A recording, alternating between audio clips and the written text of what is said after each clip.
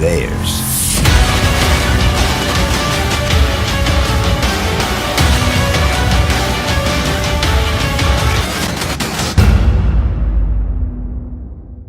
With that. Awesome. Well, we've got Swifter here as well, and I know, Swifter, you're super excited to see this. Oh yeah, I love the RPG elements, the exosuits. I'm pretty excited to see how you apply that in the game. What's going on here, Jobston? So what we see here is basically an outside level of our game. Here at the upper left, it's the operations center, which acts as the hub of our game. Maybe Jan can tell you more about it. So there you can really do a lot of RPG stuff. Like you can level up your character. You can exchange the stuff that you wear. Also, you can do a lot of crafting. The game is a lot about crafting, and also it's a lot about close combat fighting, what Torsten is just showing us here right now. So each enemy, like also this one, I mean, this was a former worker in a company where we also got a job as our hero here. His name is Warren, and he got this exoskeleton fitted for heavy-duty work, but all of a sudden he blacks out and he wakes up at some like junkyard of this company, and everything turns against him, like also this guy, and we don't know why. We need to find this out, and as we find out, we need to do a lot of slicing and slashing, and yeah, that's our tactical combat system that you see here. Yeah, so what you can do actually is once you are locked onto an enemy, you can use the right analog stick to lock onto specific body parts of your enemy. And there are multiple purposes for this. I mean, the most obvious ones being to concentrate on not so much armored parts, to interrupt your enemy's attacks and to deal a lot more damage, which I will do right now to finish this one off quickly. So you actually attack the leg and then switch to the head. Right, yeah exactly, and both parts were not very heavily armored. Whereas with this guy, if you take a closer look when he comes out into the light. Beefy.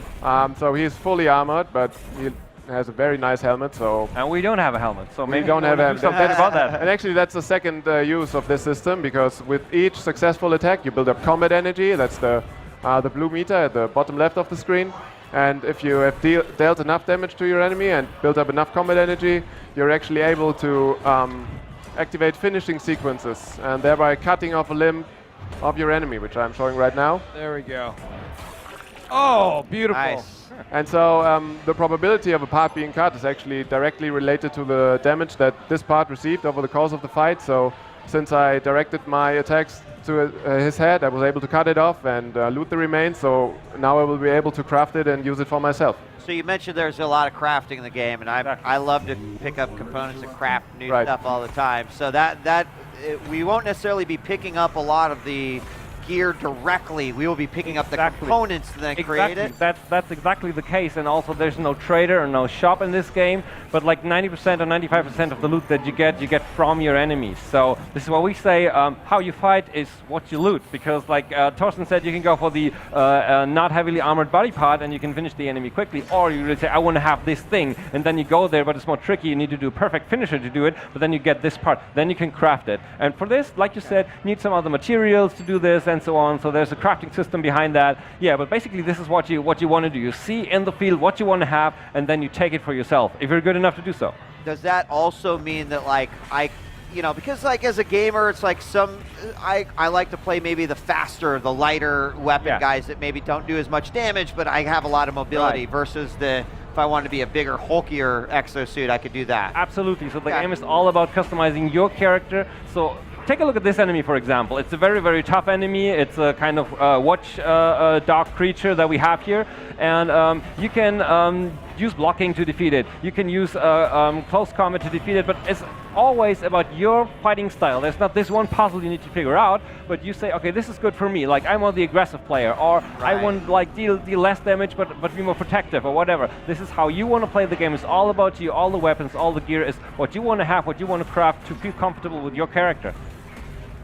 I love the design of that enemy, by the way. It's like a scorpion slash, like, attack dog. Very cool. Very cool. Movement as well. And all the hints that you get there in the environment. Like here you see this loading bay sign, but before you can really concentrate, the next enemies are coming up. Yeah, on the side, I think it said, like, hit this button to block, or... something like that also, yeah, there are hints. What we do is, because you have this exoskeleton, you have kind of implants showing you stuff in the game world as AR, So that goes beyond even, like, what this might be considered a tutorial section? Exactly. Gotcha. Call it like a tutorial implant, if you will. And And yeah, and you really need to do a lot of exploration, as you see here. It's like not just an action game where you just go through, but you need to do this all on your own. If you don't do exploration, you don't make it. You just die. We're too weak, so you need to craft stuff. You need to find out stuff. Like with these guys, they have these super fast blade weapons. If you take a close look, actually these guys are forklifting guys, and these two things are forklifts. But now they're using them as very, very dangerous weapons. And again, if you want to have them, we need to cut them off of our enemies and then craft them later on. Which I already did. I was successful in concentrating my attacks on the arms and got the weapon. Oh, nice. That's really cool. And so you mentioned leveling as well. Like, how does the XP or like leveling mechanism actually work? So I know how the crafting works now, but how about that? Right, so we get something similar to leveling. So you pick up different stuff like tech scrap is what we call it. It's a bit something in between gold and experience points that you need to level up your character because you can't technically level it up. So in other games it's kind of fantasy ideas of how to level up a character, but here's all connected with like biotech and with the stuff you're wearing.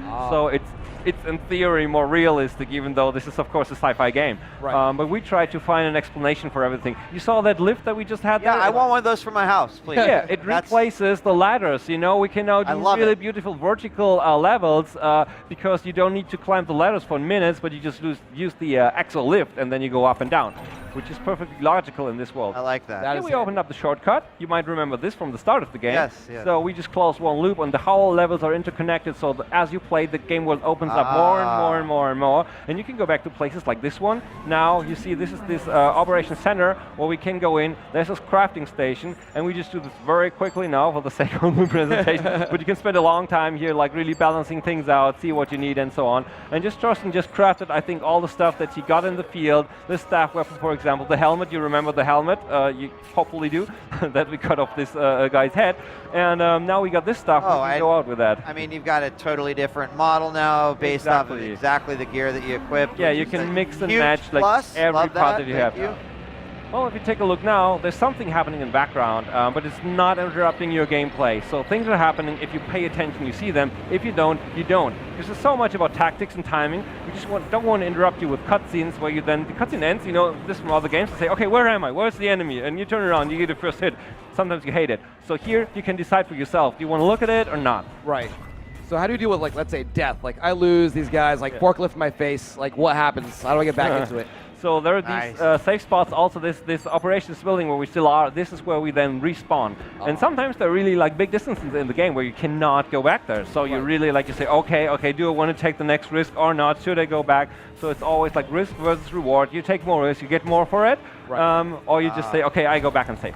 So, what's my penalty, right? Do I like lose my items, or is there if I die? If you die, you do lose the tech scrap that I was mentioning before. Okay. But you can get it back if you're fast enough. Sure. So yeah, you can do that. I mean, if it's not located in a very, very dangerous place, then you might be lucky.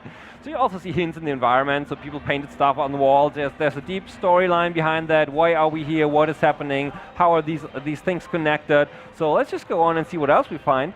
Because yeah, there's something waiting for us, I guess. Oh, boss time. Oh yeah.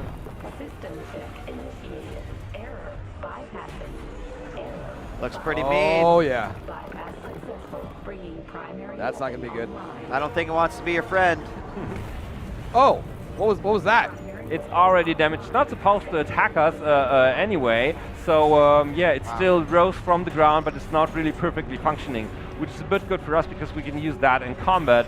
And it's also part of the story that people can experience later. Maybe you also saw this camera movement towards the boss. I was just telling you that we don't interrupt the play, and then you see this camera, so you might think what's going on. But Thorsten was pushing X while he was doing this, so you can choose if you want to have a cool boss introduction, or you say, okay, I want to have a good starting position because this thing really looks mean. Then that's what you do. And what is this threat analysis? I feel like something really bad is going to happen. Exactly. So what you see is you cannot really do any damage to him, but you see you can increase his threat analysis meter that he has here, and maybe something is happening. You say maybe something bad happening, and you're absolutely right. He's starting firing these rockets at us all of a sudden.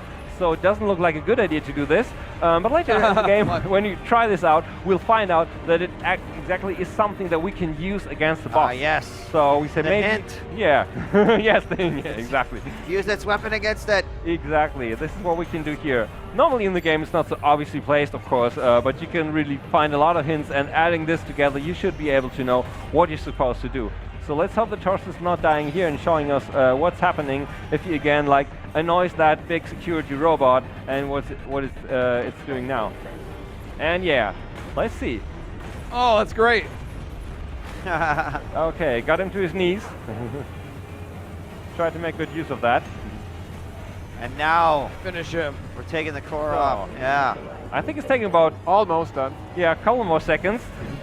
Let's see if we can do it. Now, is the focus on the enemy parts relevant here too? Can you like take parts from this boss and use it on yourself, or is Exactly, it's the same here. There's an easy way, or a rather easy way to defeat this boss, but it gives you less loot, or there's a really, really hard way to do this. that really, really hard? And this gives you like the extra cool loot if you do that. Ah. And speaking of not dying, what I was using quite often in the fight is I was using my implant, which transfers combat energy back to health. So once I build up enough combat energy, I can also use it to basically heal myself. Very cool.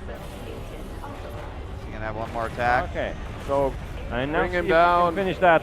There it is. There we go. Yeah. All right, Awesome. I think you got it. There we go. Nice, nice. Congratulations. Nice. There we go.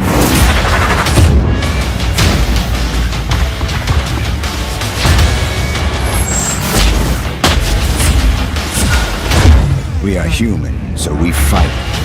But are we fighting for our future or theirs?